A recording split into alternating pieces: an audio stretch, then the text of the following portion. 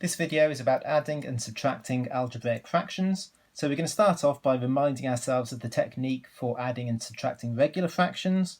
We know we need a common denominator. That's the key thing here. So I've got a 4 and a 3 on the bottom here. So I need to find the smallest number that I can make both 4 and 3 become, the smallest number that they go into. And it's 12. So to make this 12, I need to times the top and the bottom by 3. In order to make this become 12, I need to times top and bottom by 4. So this gives me 3 over 12 plus 4 over 12, which I can now, because I've got a common denominator, add them together to get 7 over 12. Exactly the same idea when we've got algebraic fractions. I need the smallest number that I can make on my denominator. So I've got a 2 and a 3, so I can make that become 6. If I times this fraction, the top and the bottom of this fraction by 3, and times the top and the bottom of this fraction by 2, that will give me a 6 here and a 6 here. So that will give me my common denominator. X times 3 is 3x over 6. X times 2 is 2x over 6. Now I've got a common denominator and I can add them together to get 5 over 6. Next example, getting a little bit trickier now.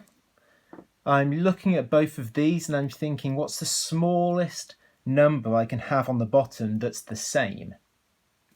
Now, so straight away I can see that I've got an x here and I've got an x squared here.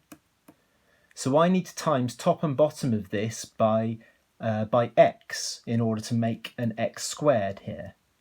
So if I times the top by x and the bottom by x, I'll get that. 4x over x squared. These two things match up now. I also need to have a 2 on the bottom, so I need to times this by 2 as well. And I need to have a y on the denominator as well, so I need to times by a y here as well.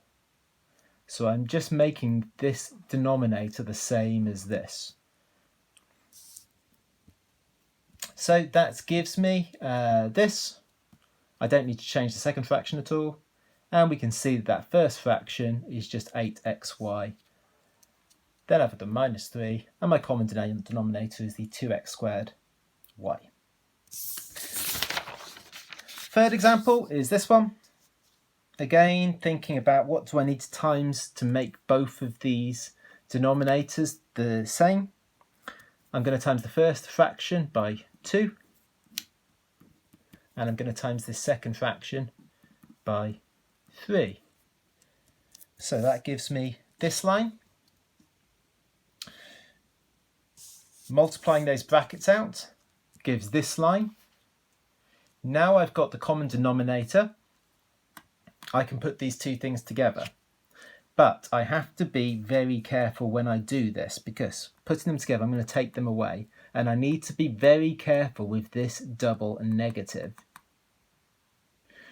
So I will have 4x plus 2 minus 3x plus, that plus is coming because of the minus minus, plus 12. So I've got the 4x plus 2 minus 3x, that's fine, but the minus minus will make that a plus. So do be very, very careful when you are taking away algebraic fractions. Now we can just collect at the like terms, because 4x minus 3x is x, and 2 plus 12 is 14. And that's my answer. Last example. Now, here, I'm not going to multiply anything just yet, because I'd like to try and simplify this if I can. I'd like to factorise this. That will tell me some extra information, hopefully, and make it simpler. So if I factorise that denominator, two numbers that multiply to make 3 and add up to make 4.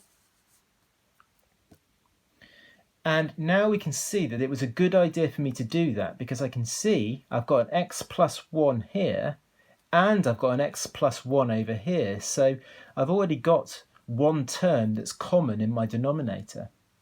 So that means the only extra thing I need in my denominator is this. So if I times over here by x plus 3, I have to do the same to the numerator, which gives the same thing as that. And now I've got my common denominator, so now I can add these two terms together. The denominator is the same in both of them.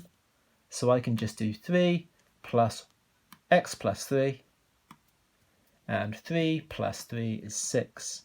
And there we go. That is my final answer. I can't simplify that anymore.